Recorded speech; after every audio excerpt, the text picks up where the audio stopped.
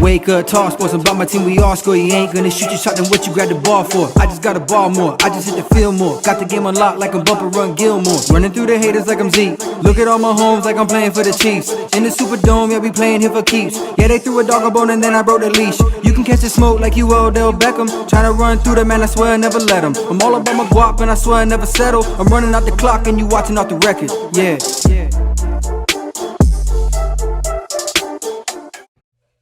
Yo, what's up everybody? I just hit my shit. That's like the second time. It's been a while since I did that, but shit, let's get it. Welcome once again to OTRSN Network. It's your host, Steven Valdes, and I'm back again. Thank you everybody for checking out the last video, and if you liked it, I appreciate that, and if you comment, I appreciate that too. I appreciate any love, and I appreciate all of it. That's a lot of appreciation. Shit! Really quick, let's set a like goal for this video. Let's try to get 15 likes on this video. 15. If y'all can get 15, that's more appreciation from me. So go ahead and smash that like button right now before we even jump into any topics, because I'm pretty sure y'all are going to like this video. Really quick, I mean, as I'm making the video, I might as well just say it. The Chiefs and the Patriots game has been postponed. I'm not 100% sure what day it is, but it has been postponed. It's not going to be this Sunday or Monday because Cam Newton has COVID. And it's some bullshit, honestly, that they put his name out there, because you're not supposed to put their names out there whenever they have the sickness. At the end of the day, you're not supposed to do that. Same thing happened with Ezekiel Elliott. Y'all keep on hating on these players and you set them up for failure, and that's fucked up. By the way, y'all like the shirt?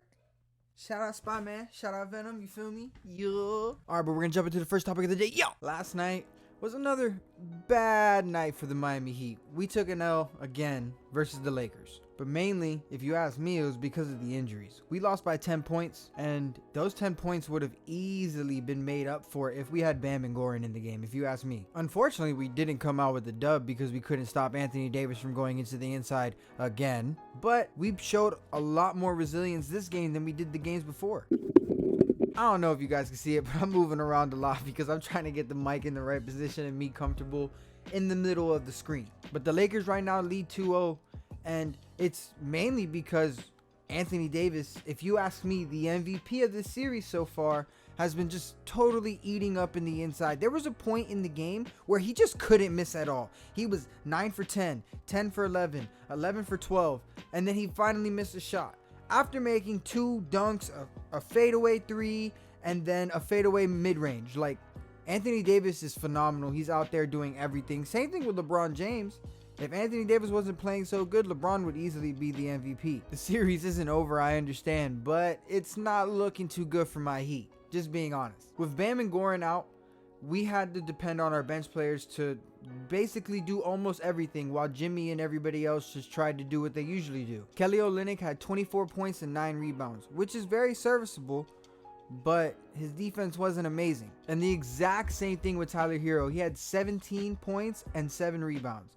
I like that. The rebounds, that's nice between them two, but they're getting killed defensively. LeBron James, every single time he's having Tyler Hero get switched onto him because he gets a screen. Tyler Hero starts defending him once they switch, and then at that point, it's just easy 2 points because LeBron James just babies him into the basket. Myers Leonard hit a couple threes. Kelly Olynyk did his thing, like I said. Tyler Hero, Duncan Robinson even hit a couple threes as well. But it's just them defensively, they're such a liability that we can't even really keep them on the court for that long. We're constantly changing them out. Plus, Kendrick Nunn in the finals, although last game was mainly garbage time, he's been doing pretty damn good. He had 13 points. But on the other side, we really couldn't stop Anthony Davis from just cutting into the basket every time, catching lobs, and just getting putbacks in. They killed us on the offensive board again. Anthony Davis had 34 and 14, while LeBron James had 33, 9 and 9. What are you going to do to stop that? Nothing on our team can do anything like that. That's why we need to make some changes, and I'm going to talk about that later on in the video. KCP continues to be the role player that steps up for the Lakers in some of their best moments. Although none of the moments in the series has been totally huge, he's definitely been giving them the contribution that they need, and that's what's most important. Rondo is definitely somebody that has been killing us, and we basically have no answer because of his IQ. He's so smart. He's shooting basically just open threes, and he's making 40% of them. Rondo is making 40% of his threes. Think about that. Honestly, it's crazy. What are you going to do? Nothing. And he's passing like he's back on the Celtics. Last game he had 16 points and 10 assists. That is a third star basically on your team that the Heat don't even have right now because we're hurt. 20 seconds left in the third quarter. The Lakers even put in J.R. Smith. At that point, I knew straight up that they were just toying with us. It really looks like they're teaching us a lesson on how to play basketball sometimes. Just like, nah, young boy, you can't stop that. It's as simple as that. Game 3 is going to be played on Sunday. And Bam says he expects to play. Without Bam, we don't really stand a chance. With Bam, can we win? I fucking hope so. But that's enough for the Heat. Moving on to the next topic, and it's going to be the NFL this time. Top 5 NFL quarterbacks of the 2020 season so far, and it's just this season. Nothing, no prior knowledge from other seasons before is going to be taken into account. Number 5, we have Derek Carr. Yes, and that's probably a hot take, and we're starting it off with that like that. Yes. Derek Carr has 784 passing yards and 6 touchdowns, no interceptions. The Raiders have only lost one game, and that was to Bill Belichick when they shut down Darren Waller. And at that point, I mean, who else would you rather lose to and get shut down by? He's second in passer rating behind only Josh Allen with 116. That's really good, including his completion percentage. With a completion percentage like that and a high-flying offense like the Raiders have with their speedsters and Henry Ruggs, and Darren Waller is a fast tight end basically, that is a big deal. Most quarterbacks that have teams that like to dink and dunk have high passer percentage, but he's doing really good. I understand they have a running game and the play action really helps out with that, but at the end of the day, he's still doing it. Let's see if he can keep up with it, because I like the way that they have all these things set into place. I think he can continue to succeed for the rest of the season. Coming in at number 4, we have Josh Allen. Remember, just like the last one, I said the 2020 season only, nothing before. So all these quarterbacks that you may be thinking I'm leaving off, they ain't playing as good this season, and don't fucking argue it. And unless you want to comment it, then go ahead and do that, because it's always down for a debate. But don't kill me for this one. Josh Allen has 1,038 passing yards, 10 touchdowns, and 1 interception. His stats are speaking for itself. They're undefeated, and they have comeback wins. He's made some very key drives for the Bills, and they're resilient. Plus, he's the perfect quarterback for such a gritty team. In previous years, his legs were his main factor, but now he's using his legs to get the passing game open. And I mean, at that point, it's a really big deal because they also have running backs that can run the football. So if you stack the box, then it's going to spread the field for people like Stephon Diggs and Cole Beasley. And even as a Dolphins fan, I can respect it because I'd like my team to play like that shit. Now we're moving into the top 3. It's a short list, okay? So if I'm missing your favorite quarterback, to be honest, he probably ain't playing that good. Number 3, Aaron Rodgers. Aaron Rodgers has 887 passing yards, 9 touchdowns, and no interceptions. The team is averaging 40 points a game. Besides the one game versus the Lions where Aaron Jones had his big ass game with like 168 rushing yards, Aaron Rodgers has been the main focal point of that offense. And they didn't have Devontae Adams. They still scored 37 points. It's Aaron Rodgers. He has the ability to make any throw on the field. He makes all of his wide receivers look way better than they actually are. And he's still one of the most clutch throwers of the football that we've ever seen. And he hasn't even been put into a real clutch situation yet, because they've been blowing everybody out because their defense is playing pretty damn good. And just think about that. Aaron Rodgers been balling out, and he's only number 3.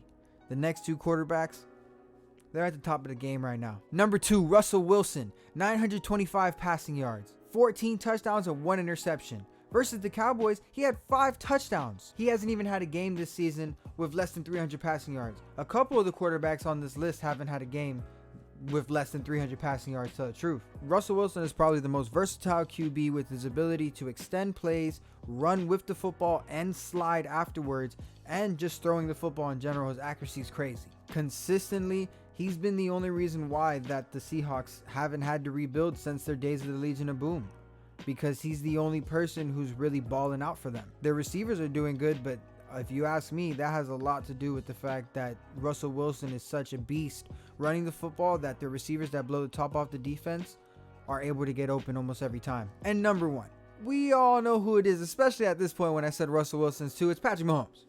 Patrick Mahomes is the best quarterback in the league. He is the shit. MVP, Super Bowl MVP.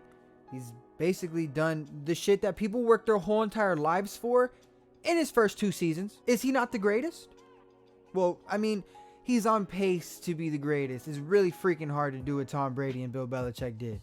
So all that comparing the two, let's not do that until they have at least 3 to 4 Super Bowl rings, if they even get there. But right now, Patrick Mahomes has 898 passing yards, 9 touchdowns, and no interceptions. Although his first 2 games were lackluster, which I know this is about the 2020 season, but still, the game versus the Ravens was so important. The Ravens are a top seed candidate for the AFC, and if the Chiefs didn't establish that right away, it was going to be a big deal later on. He finished that game with 385 yards and 4 touchdowns. 3 touchdowns were in the second quarter alone. And he also had a rushing touchdown to throw in there. It's Patrick Mahomes. He's the best. He's number 1. It's as simple as that. Now for this next one. For the people who aren't Miami Heat fans, genuinely, you're probably going to hate this one. What do I have to say to that? Fuck you. Let us have our hope. We're Miami. We got LeBron. Don't talk if your team ain't ever get LeBron, basically. It's about which 3 players would be the best pickups for the Miami Heat. And I don't mean 3 at the same time. I mean which superstar or star player itself would be great for the Miami Heat. I'm not taking Cap and I'm not taking trades into consideration because that's a whole other can of worms that I don't get paid to deal with. So, currently constructed, the Miami Heat need to make a difference on their team. It's some size or just basically another ball handler for someone like Goran Dragic who does get hurt often. Kind of, to be honest. The 3 are Giannis, Oladipo, and Joel Embiid. Don't get me wrong, all 3 would be extremely nice for the Miami Heat, but one of them have to be the best fit. And it's not just me being a psycho Miami Heat fan. There's a lot of stuff like tweets, Instagram likes, and things they've said in their interviews that make us think that they want to leave. Giannis literally unfollowed every player on the Bucks on Instagram. You could be in denial all you want, but it's probably the lowest chances of happening though. I don't necessarily believe Giannis is a lock to come to the Heat. A lot of people do believe that. I don't. Mainly just because he did just lose to us. He has seen how everybody killed Kevin Durant for going to the team that he lost to. It's not the same magnitude. I totally understand.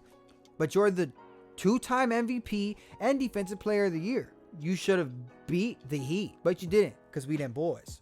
And you want to come join us. You want to. Just say it. Shit. He said right after the Heat beat them that he's not leaving. Like I said, he still unfollowed everybody. What are you doing? 0 Dark 30? You're not doing shit besides chilling at the crib with your family. He would obviously be the best asset that we can get because there's no player that's going to be available that's as good as Giannis. He doesn't help with any type of perimeter shooting, but just his size in general leads to so many different types of lineups that we could run with him and Bam. It's crazy. The next player is Victor Oladipo from the Pacers. He's already basically said that he's going to be leaving the Pacers. To where? Now that's what's really in question. Every time he's ever been asked in an interview about the Miami Heat, he said nothing but very good things about us. He's made his name in the NBA doing exactly what the Miami Heat do. Grit and grind. Play defense and do what you got to do and play hard on offense. It's as simple as that. Victor Oladipo doesn't need to be scoring 25 points a game. He needs to play a role. And he's totally okay with that. Just like Jimmy Butler, and them two together with their perimeter defense alone would be up there in defense. Just in general, we'd probably be top 10 every year with them. So if you come to the Heat, just know you're going to have way more winning. You're not going to lose to us in the playoffs like you just did. And you're going to play with some dogs. So that's my recruitment. Shit.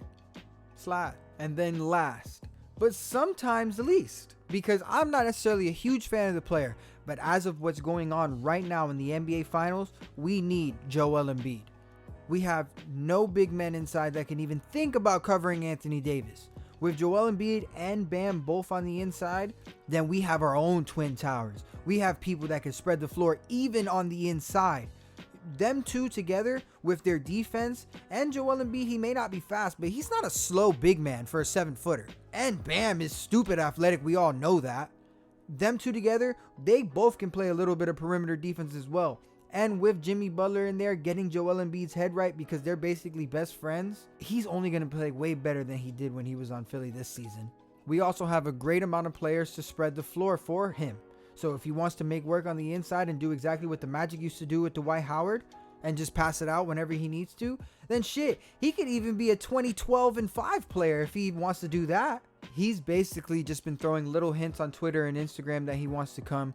And I know that that's like some little kid shit to even think that that means anything, but he's still best friends with Jimmy Butler at the end of the day. And we have Pat Riley. Pat Riley, like I said, he makes moves and we could pick up any of these three players. We need to make a move, and they're watching this. The Miami Heat organization is watching this series and understanding exactly what we need to do because we want to beat the Lakers. But that's going to end all of it today. Honestly, you guys, hopefully we get to that 15 like goal. Make sure y'all hit the like if you haven't yet. Please do so. Show all your friends. Put it on Facebook, Instagram, Twitter, all of that shit. Share everywhere. I appreciate everybody checking in. Love y'all. Yo, bitches keep playing, yeah, niggas keep playing. The gun in the safe, you niggas ain't safe, yeah, so stop all that playing. Yeah, bitches keep playing, yeah, niggas keep playing. You bitches ain't safe, I ride in a Wraith, yeah.